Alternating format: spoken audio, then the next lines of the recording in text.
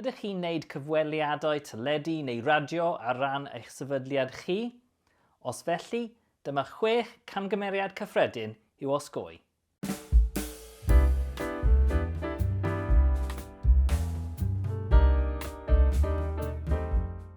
Rhif 1. Diffyg paratoi.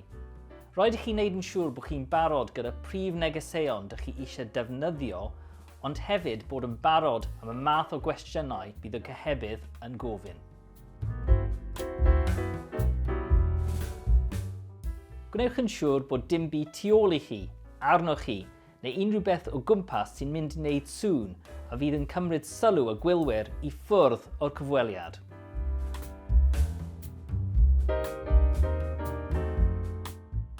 Rhif 3. Peidio siarad digon am y pethau sy'n bwysig i chi. Os mae'r cwestiwn yn arwain y sgwrs i ffwrdd o'r pethau ydych chi eisiau dweud, gwnewch yn siŵr bod chi'n trwyo yn ôl at y prif negeseuon yna.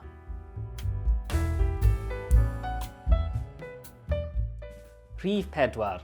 Atebion rhy hir. Mae hwn yn arbennig o bwysig mewn cyfweliad lle mae'r gyhebydd eisiau clip bach neu soundbite. Yn yr achos yna, triwch cadw'r atebion i 15 i 20 eiliad. Rhif 5. Swnio'n fflat. Gwnewch yn siŵr bod chi'n dangos bod diddordeb gyda chi, bod angerdd gyda chi yn y pwnc.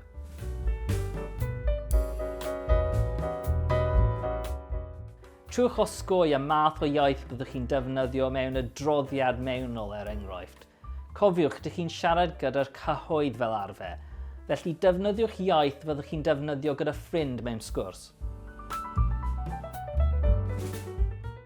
Diolch am wylio, gobeithio bod y tips yna yn ddefnyddiol. Os ydych chi angen mwy o help, beth am ystyried hyfforddiant cyfryngau?